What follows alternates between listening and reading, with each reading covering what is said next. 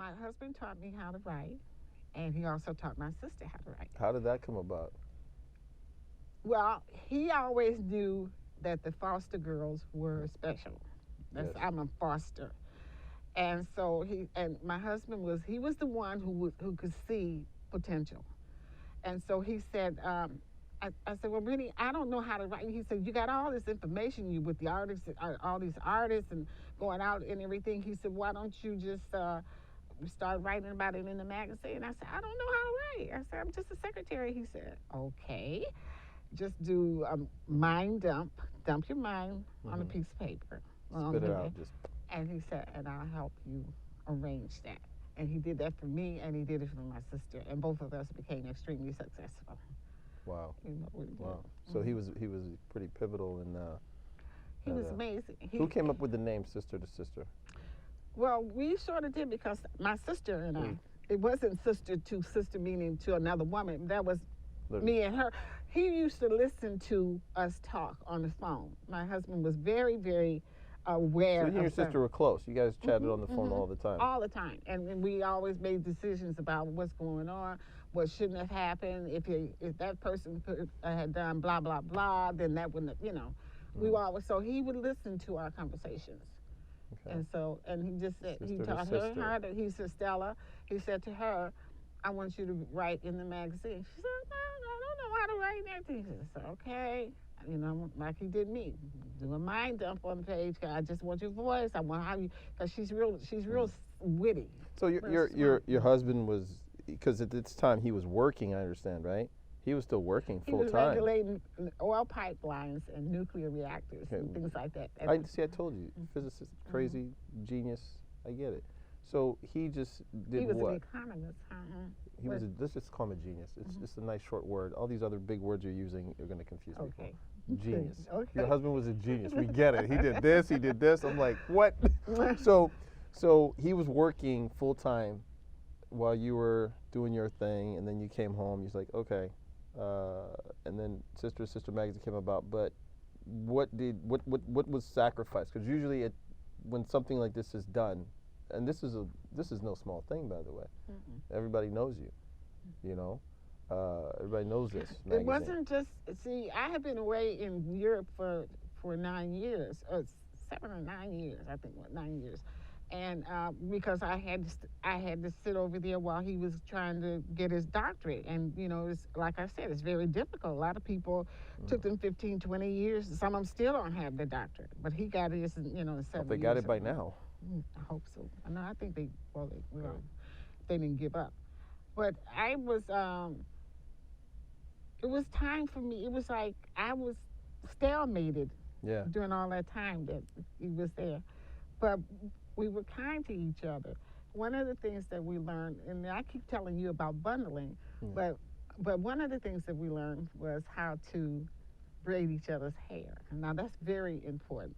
That is, because it's the bonding part. But real quick though, I want to know because this is, like I said, it's no small thing. What sacrifice was made? Because he was working. Was he working full time as a nuclear physicist, oil changer? No, he was in school. Changing oil. You say he was changing. He had a fellowship. A fellowship. Right. So did he?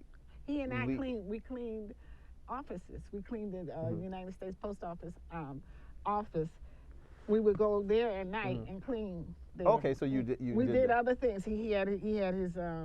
So you were busy. There was no like. Yeah, but we would stop and we hitchhike and we would do the stupid stuff. But when you started this magazine, though, was it all hands on deck? You, your sister, and your husband just burning the midnight oil?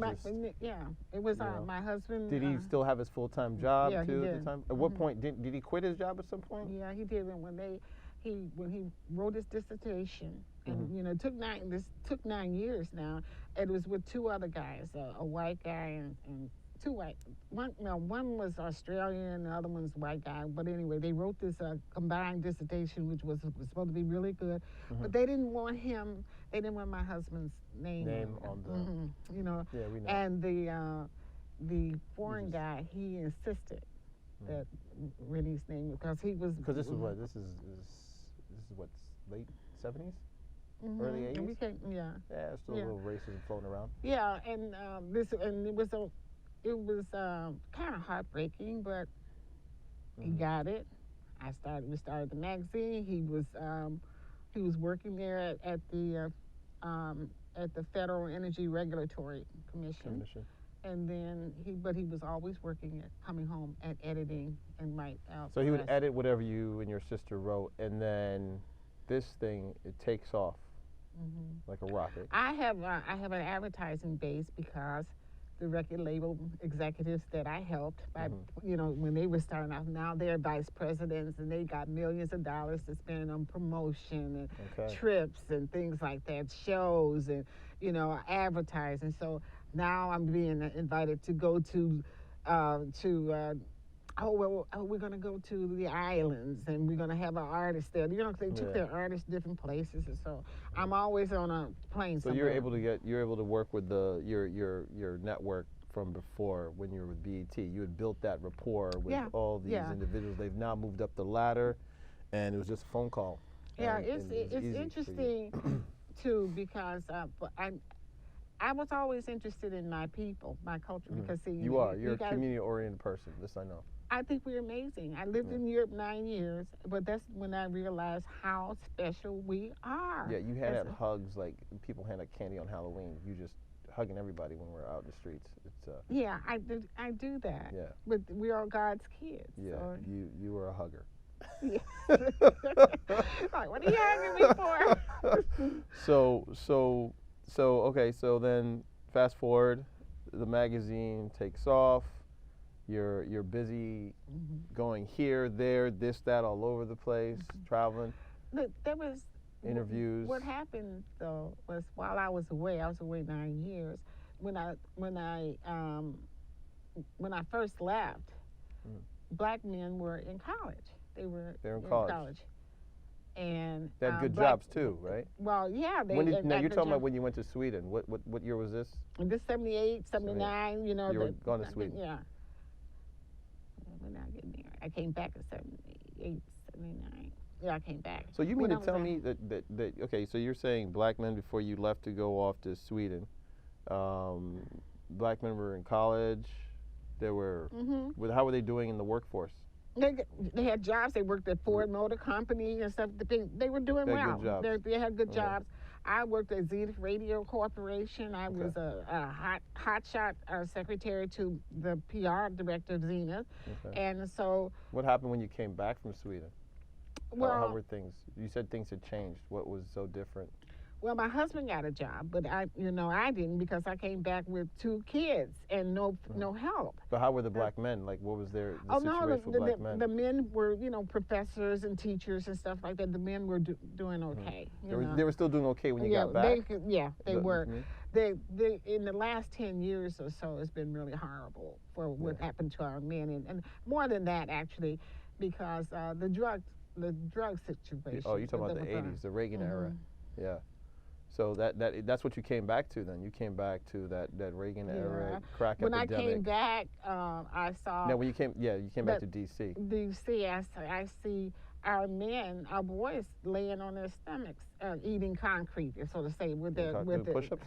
What do you mean? No, they were handcuffed. You mean like cops, like just handcuffed on the? Handcuffed. Is that what they call it? You. I In call your it area? that. Eating concrete?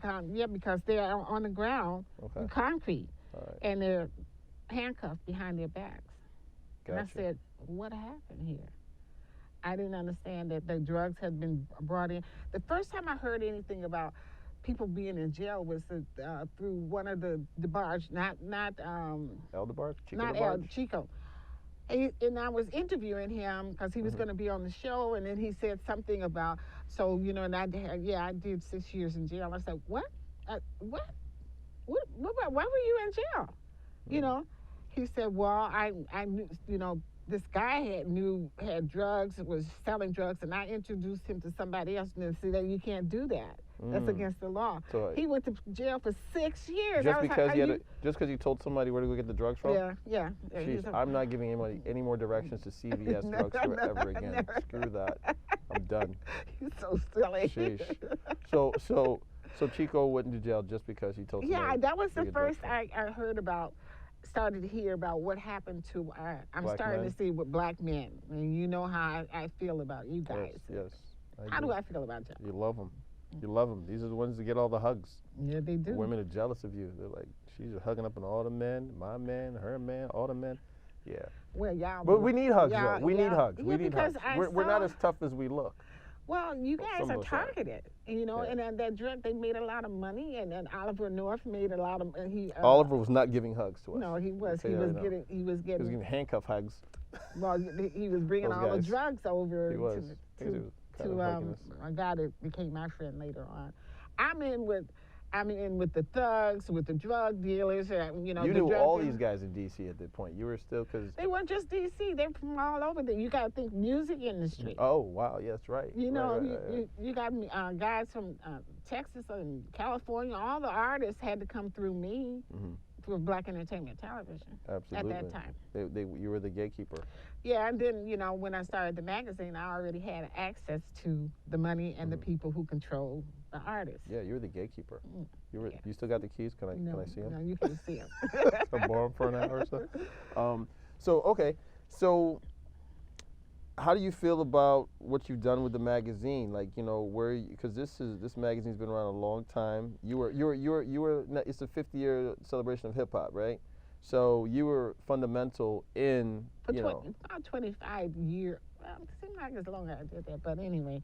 Yeah, I was fundamental. That was when You gave when you got our people a voice. Mhm. You gave them a when voice. when new artists came, they were automatically brought to Yeah. sister to sister. Yeah, because before YouTube, this is how they got their version of That's their how they- stories out, right. and you got to know them on somewhat of a personal basis. Yeah. So.